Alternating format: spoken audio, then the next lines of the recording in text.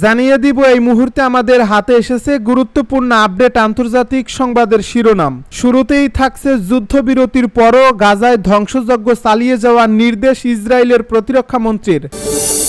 আরও জানাবো রাশিয়ার নতুন ক্ষেপণাস্ত্র কি তাহলে যুক্তরাষ্ট্রের গোল্ডেন ডোম প্রতিরক্ষা ব্যবস্থাকে অকার্যকর করে দেবে। এদিকে ভূগর্ভস্থ ক্ষেপণাস্ত্র নগরী নির্মাণে ইরান প্রতিরক্ষা নীতিতে নতুন অধ্যায়। আরও জানাবো যে শর্তে অস্ত্র ছাড়তে রাজি এবার হামাস। সব শেষে জানিয়ে দিব গাজায় জিম্মিদের মরদেহ উদ্ধারে যোগ দিচ্ছে মিশর ও রেড ক্রস। এতক্ষণ শুনছিলেন হাতে থাকা আপডেট সংবাদের শিরোনাম, এবারে বিস্তারিত। তবে তার আগে অনুরোধ রইল ভিডিওটিতে একটি লাইক এবং কমেন্ট করে জানিয়ে দিন ভিডিও সম্পর্কে আপনার মূল্যবান মতামত। আরও জানিয়ে দিন ভিডিওটি কোথা থেকে দেখছেন বা কোন জেলা থেকে দেখছেন। রাশিয়ার নতুন ক্ষেপণাস্ত্র কি তাহলে যুক্তরাষ্ট্রের গোল্ডেন ডোম প্রতিরক্ষা ব্যবস্থাকে অকার্যকর করে দেবে। রাশিয়া 21 অক্টোবর বুরেবেশ শতনিক ক্ষেপণাস্ত্রের সফল পরীক্ষা চালিয়েছে। এটি পরমাণু শক্তিচালিত দূরপাল্লার ক্রুজ ক্ষেপণাস্ত্র, যা বর্তমান বিশ্বের উন্নত সব ক্ষেপণাস্ত্র প্রতিরক্ষা ব্যবস্থাকে ফাঁকি দিতে সক্ষম। প্রেসিডেন্ট ভ্লাদিমির পুতিন রুশ সেনা কমান্ডো ঘাঁটি পরিদর্শনের সময় chief of the general staff Valery Gerasimov এই পরীক্ষার ঘোষণা দেন। গেরাসিমভের মতে এই ক্ষেপণাস্ত্রটি 12,000 কিলোমিটার পথ পাড়ি দিয়ে বহু ঘন্টা আকাশে উড়ছে, নির্ধারিত উলম্ব ও অনুভূমিক সব কৌশল শেষ করেছে। তিনি জোর দিয়ে বলেন এই পাল্লাই ক্ষেপণাস্ত্রটির চূড়ান্ত সীমা নয়। পুতিন এই ক্ষেপণাস্ত্রকে বিশ্বের আর কারোর কাছে নেই। পুতিনের এই ক্ষেপণাস্ত্র বিশ্বের আর কারোর কাছে নেই এমন অন্যান্য এক পণ্য হিসেবে অভিহিত করেছেন। তিনি আরও বলেছেন পরীক্ষার সব মূল লক্ষ্য অর্জিত হয়েছে। তিনি উল্লেখ করেন সামরিক কাজে ব্যবহারের জন্য এটিকে প্রস্তুত করতে এখনও অনেক কাজ বাকি আছে। পুতিন আরও বলেন আমাদের আরও পুঙ্খানুপুঙ্খভাবে ঠিক করতে হবে এই নতুন ব্যবস্থাটি কোন শ্রেণীর অস্ত্রের অন্তর্ভুক্ত এবং এর সম্ভাব্য ব্যবহার পদ্ধতি কি হতে পারে। এছাড়া আমাদের সশস্ত্র বাহিনীর মধ্যে এই ক্ষেপণাস্ত্র মোতায়েনের লক্ষ্যে অবকাঠামো প্রস্তুত করতে হবে। যুদ্ধবিরতির পরও গাজায় ধ্বংসযজ্ঞ চালিয়ে যাওয়ার নির্দেশ ইসরায়েলের প্রতিরক্ষা মন্ত্রীর। ইসরায়েলের প্রতিরক্ষা মন্ত্রী ইসরায়েল কাতস শনিবার ঘোষণা করেছেন গাজা উপত্যকার যে অংশ বর্তমানে ইসরায়েলের নিয়ন্ত্রণে রয়েছে সেখানে ধ্বংসযজ্ঞ চালিয়ে যাওয়ার নির্দেশ দিয়েছেন তিনি। এই পদক্ষেপ নেওয়া হচ্ছে চলমান যুদ্ধবিরতি ও বন্দি বিনিময় চুক্তির অংশ হিসেবেই।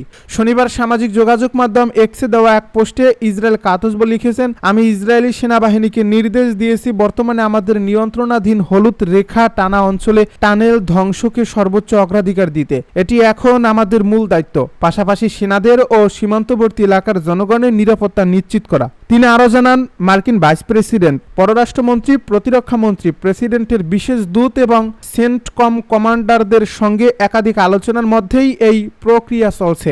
এসব আলোচনায় মার্কিন প্রেসিডেন্ট ডোনাল্ড ট্রাম্পের পরিকল্পনা বাস্তবায়ন এবং গাজার বাকি অংশে হামাসের টানেল সম্পূর্ণ ধ্বংস ও হামাসকে নিরস্ত্র করার বিষয়ে গুরুত্ব দেওয়া হয়েছে। ইসরায়েল কাতস বলেন গাজাকে নিরস্ত্রীকরণের সবচেয়ে কার্যকর উপায় হলো হামাসের সন্ত্রাসী টানেলগুলো সম্পূর্ণ ধ্বংস করা এবং হামাসকে নিরস্ত্র করা। গাজায় বিজয় অর্জনের জন্য এটিই সবচেয়ে গুরুত্বপূর্ণ কৌশলগত লক্ষ্য।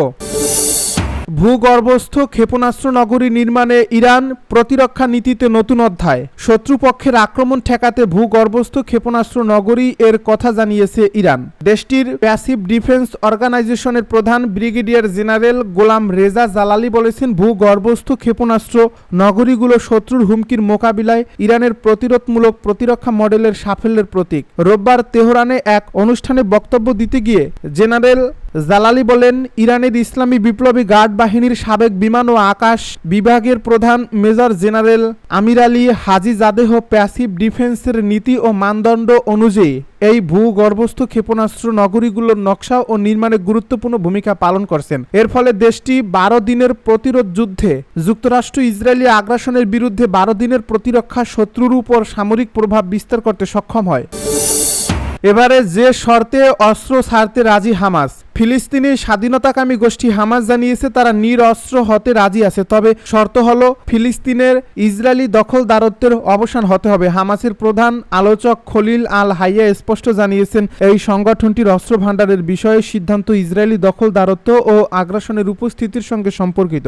বার্তা সংস্থা এএপির খবরে বলা হয়েছে ইসরায়েল 2 বছরের যুদ্ধের সমাপ্তি হিসেবে হামাসের নিরস্ত্র হওয়ার দাবিও জানিয়েছে। যুক্তরাষ্ট্র তাদের 20 দফা পরিকল্পনা এগিয়ে নিতে হামাসকে অস্ত্র অস্ত্র সমর্পণের শর্ত দিয়েছে। তবে খলিল আল হাইয়া বলেছেন, দখলদারত্বের অবসান হলে এসব অস্ত্র রাষ্ট্রের কাছে হস্তান্তর করা হবে। তবে আল হাইয়া কোন রাষ্ট্রের কথা বলছেন তা স্পষ্ট নয়। তিনি কি কোনো নতুন বা এখনো গঠিত না হওয়া ফিলিস্তিনি প্রশাসনিক কাঠামোর কথা বোঝাতে চেয়েছেন সেটিও জানা যায়নি।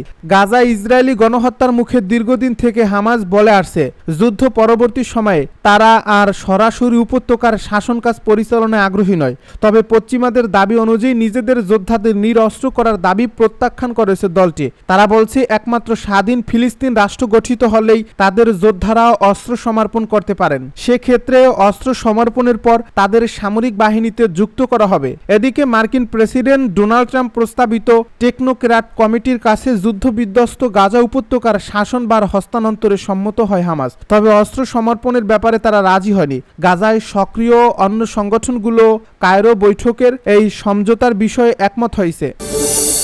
গাজায় জিম্মিদের মরদেহ উদ্ধারে যোগ দিচ্ছে মিশর ও রেড ক্রস। ফিলিস্তিনের গাজায় হামাসের হাতে নিহত ইসরায়েলি জিম্মিদের মরদেহ উদ্ধারের কাজে যোগ দিচ্ছে মিশর ও আন্তর্জাতিক রেড ক্রস। মূলত ইসরায়েলের কাছ থেকে অনুমতি পাওয়ায় এখন উদ্ধার কাজে অংশগ্রহণ করবে তারা। যুক্তরাষ্ট্রের মধ্যস্থতায় হওয়া অস্ত্রবিরতি চুক্তির অংশ হিসেবে গাজায় নিহত সব জিম্মির মরদেহ ফেরত দেওয়ার কথা রয়েছে। সোমবার এক প্রতিবেদন ওই তথ্য জানিয়েছে ব্রিটিশ সংবাদ মাধ্যম বিবিসি। রোববার ইসরায়েলি সরকারের এক বিবৃতিতে বলা হয়, মিশর ও রেড ক্রসের দলকে গাজায় ইয়েলো লাইন বা ইসরায়েলি সেনা নিয়ন্ত্রিত এলাকার বাইরেও অনুসন্ধানের অনুমতি দেওয়া হয়েছে। একই দিনে ইসরায়েলি গণমাধ্যম জানায়, মরদেহ উদ্ধারে সহায়তার জন্য হামাসকেও রেড ক্রসের সঙ্গে যৌথভাবে ওই এলাকায় প্রবেশের অনুমতি দেওয়া হয়েছে। মার্কিন মধ্যস্থতায় হওয়া অস্ত্রবিরতি চুক্তির প্রথম ধাপে হামাস এখন পর্যন্ত 28 জন নিহত ইসরায়েলি জিম্মির মধ্যে 15 জনের মরদেহ হস্তান্তর করছে। চুক্তি অনুযায়ী সব মরদেহ ফেরত দিতে হবে হামাসকে। এখন বিষয়টি তারা মিশরীয় কর্তৃপক্ষের সঙ্গে সমন্বয় করে পরিচালনা করছে। মার্কিন এই প্রেসিডেন্ট ডোনাল্ড ট্রাম্প সতর্ক করে বলেছেন, হামাস যেন দ্রুত মরদেহগুলো ফেরত দেয়, নয়তো শান্তি প্রক্রিয়ায় জড়িত অন্যান্য দেশ ব্যবস্থা নেবে। ইসরায়েলি এক মুখপাত্র জানান, ইয়েলো লাইনের বাইরে এখন পর্যন্ত বিস্তৃত এলাকায় মিশরীয় দল ও রেড ক্রস যৌথভাবে খনন যন্ত্র ও ট্রাক ব্যবহার করে মরদেহ উদ্ধারের কাজ চালাবে। এই ইয়েলো লাইন হল গাজার উত্তর, দক্ষিণ ও পূর্ব সীমান্ত বরাবর ইসরায়েলের নিয়ন্ত্রণ সীমারেখা। এটি অস্ত্রবিরতির প্রথম ধাপে নির্ধারিত হয়েছে। অবশ্য রেড ক্রস আগেও জিম্মিদের ফেরত আনার ক্ষেত্রে মধ্যস্থতা করেছে। হামাস সরাসরি ইসরায়েলি সেনাবাহিনীর কাছে জিম্মিদের হস্তান্তর করে না, বরং রেড ক্রসের মাধ্যমে তা সম্পূর্ণ হয়। তবে মিশরীয় উদ্ধার দলকে প্রথমবারের মতো গাজার অভ্যন্তরে প্রবেশের অনুমতি দেওয়া হলো, যা নতুন দৃষ্টান্ত। জাতিসংঘের হিসাবে ইসরায়েলের বোমা হামলায় গাজার 84% এলাকা এখন ধ্বংসস্তূপে পরিণত হয়েছে। হামাস জানায়, বোমা হামলায় ধসে পড়া ভবনগুলোর নিচে মরদেহ খুঁজে পাওয়া কঠিন হয়ে পড়েছে, তবুও তারা সর্বোচ্চ চেষ্টা চালাচ্ছে।